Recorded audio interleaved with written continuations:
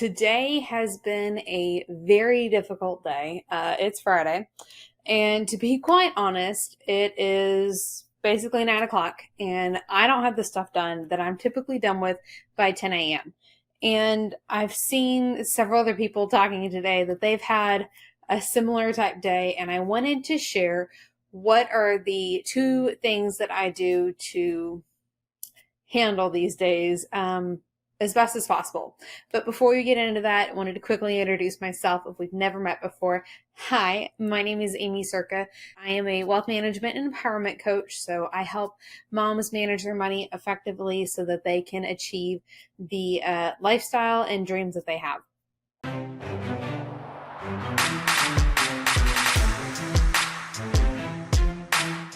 So, what are the two important things that I do when I've had a long, crazy day like this? So, the first thing is probably one of the most important things that I do and work on really all the time, and that is giving myself grace. So, we got home earlier, we had a full day of errands, and we did make it to the park though, and I'll get to that in a second. But we had a full day of errands. We got home. We had grabbed a pizza, so we stuck it in the oven, made it, finally had sat down, got everybody fed. And there's so many things that I knew that I needed to be working on, but I was totally spent, totally exhausted. Not just physically from being on my feet, taking care of the kids, but mentally as well. And I guess really emotionally too. We got all of the factors here. But I took 20 minutes to myself, gave myself some grace instead of trying to push through that moment of that feeling like I was just totally exhausted that I could fall asleep on the couch, and I never do that. So instead of trying to push myself through that moment and completing things that were not at my best, only giving it probably 50% effort in, I took 20 minutes to myself, sat on the couch. Brooklyn came, climbed in my lap, and we kind of just sat there and cuddled.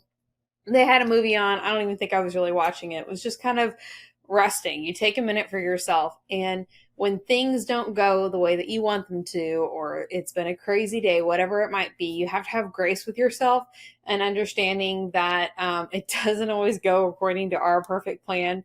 If you are somebody like me, I am melancholy. If you don't know what that means, I'm very organized. I like lists, checklists, plans, that type of stuff. But when that stuff goes astray, you have to find a way to be able to deal with that. So giving yourself grace is really, really key. And you can't spend that, whatever it is, 15, 20, 30 minutes, like beating yourself up for where you haven't gotten.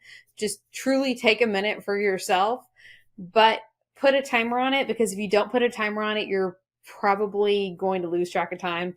I know that we've all done the Facebook scroll before, and we don't want it to turn into one of those things.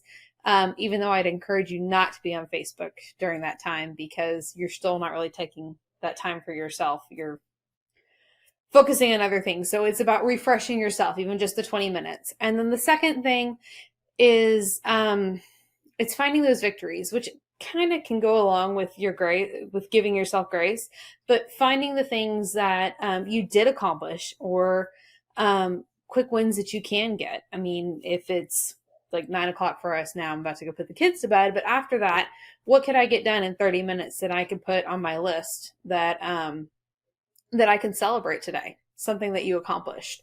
For us, we did get to the park today. We walked, I think it's about 4 miles or so.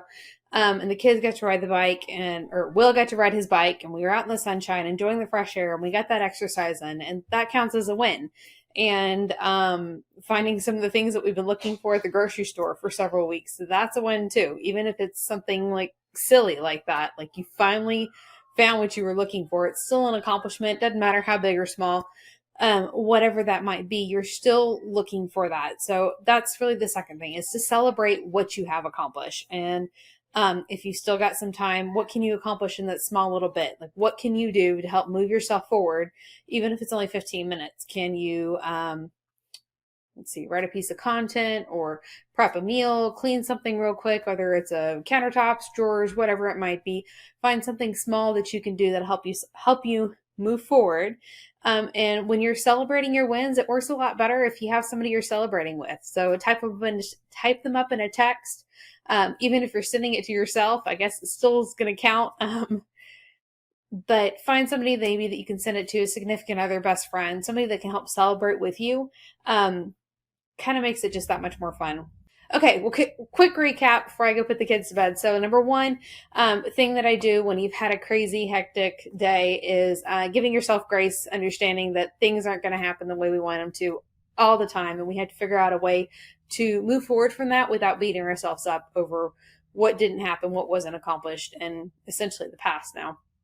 And then the second thing was to find a way to celebrate your wins, big or small. What did you accomplish today that you can celebrate in spite of things going off the rails? Hey there, I hope that you found this video helpful and valuable. And especially if you did, I've got a special gift that I would love to get to you. And what this is I have a financial action guidebook to help you jumpstart your finances quickly. So have you ever hit a goal or set a financial goal and then didn't hit it and didn't quite know why? Like, where was the hole? What happened? What went wrong?